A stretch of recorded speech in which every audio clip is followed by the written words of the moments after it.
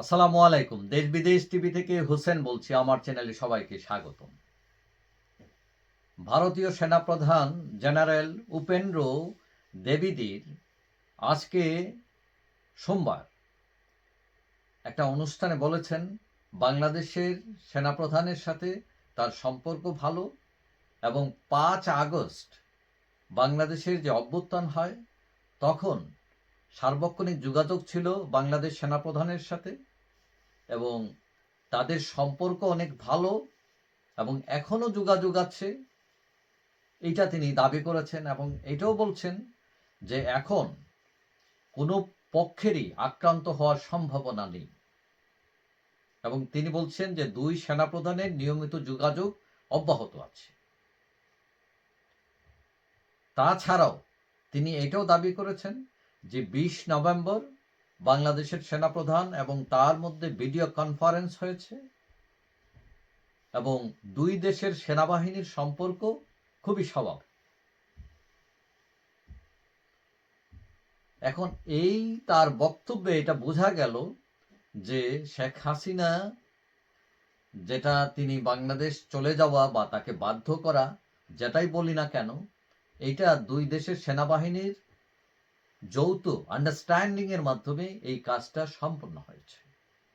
অর্থাৎ বোঝা যাচ্ছে যে ভারতীয় সেনাবাহিনী এটা অপোজ করে নাই এবং বাংলাদেশ সেনাবাহিনী যেভাবেই হোক, বুঝিয়ে সুঝিয়ে যেভাবেই হোক, তারা একটা আন্ডারস্ট্যান্ডিং করে এই সিদ্ধান্তে এসছে যে শেখ হাসিনা ভারতে যাবেন এবং তারা কোনো সমস্যা তৈরি করবে না।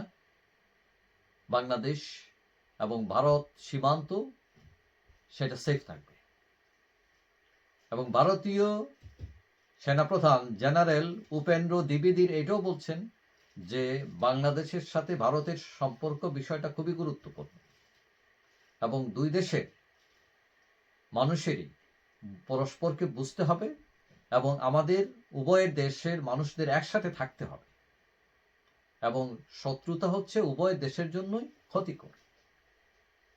এবং তিনি এটাও বলছেন যে বাংলাদেশে নির্বাচিত সরকার এলেই সম্পর্ক স্বাভাবিক হবে। এখন তিনি এটা কেন বললেন যে নির্বাচিত সরকার আসলেই স্বাভাবিক হবে, তার মানে বর্তমানে যে সরকার আছে সেটা স্বাভাবিক নয়। সবাই জানেন যে শেখ হাসিনা সরকার যাবার পর যে ইউনূস সরকার বসছেন, তিনি জনগণ দ্বারা নির্বাচিত সরকার নয় এবং এই সরকারের সাথে বলছেন যে সম্পর্ক স্বাভাবিক নয়, এটা ইনডাইরেক্টলি এটাই বুঝিয়েছেন। কিন্তু তিনি এটাও দাবি করেছেন সেনাবাহিনীর সাথে, বাংলাদেশ সেনাবাহিনীর সাথে ভারতের সেনাবাহিনীর সম্পর্ক স্বাভাবিক। তিনি কেন বললেন স্বাভাবিক নয় ইনডাইরেক্টলি, সেটা হয়তো তিনি রাজনৈতিক সম্পর্কের কথাই বলেছেন। এখন বোঝা গেল যে ৫ আগস্টের ঘটনা অনেকটা আপোষই হয়েছে, সেখানে কোনো ফোর্স করার কিছু ছিল না, বিশেষ করে সরকারে সেনাবাহিনীতে, এবং এইগুলো আন্ডারস্ট্যান্ডিং এর মাধ্যমে এই কাজগুলো ঘটেছে এবং তারা বলছেন ৫ আগস্টের যে ঘটনা ঘটেছে সার্বক্ষণিক দুই সেনাপ্রধানের যোগাযোগ ছিল। তো আমরা আজকে দেখলাম, গতকালও দেখলাম যে সীমান্তে উত্তেজনা চলছে ভারত বাংলাদেশ সীমান্তে এবং এক দেশ আরেক দেশের রাষ্ট্রদূতকে ডেকে সেখানে প্রতিবাদও করেছেন। তো এই উত্তেজনা কমুক এবং দুই দেশের সরকার পররাষ্ট্র মন্ত্রণালয় এটা নিয়ে আলোচনা করে যাতে এই উত্তেজনা কমে এবং কোনো সমস্যা থাকলে সেটার যাতে সমাধান হয়।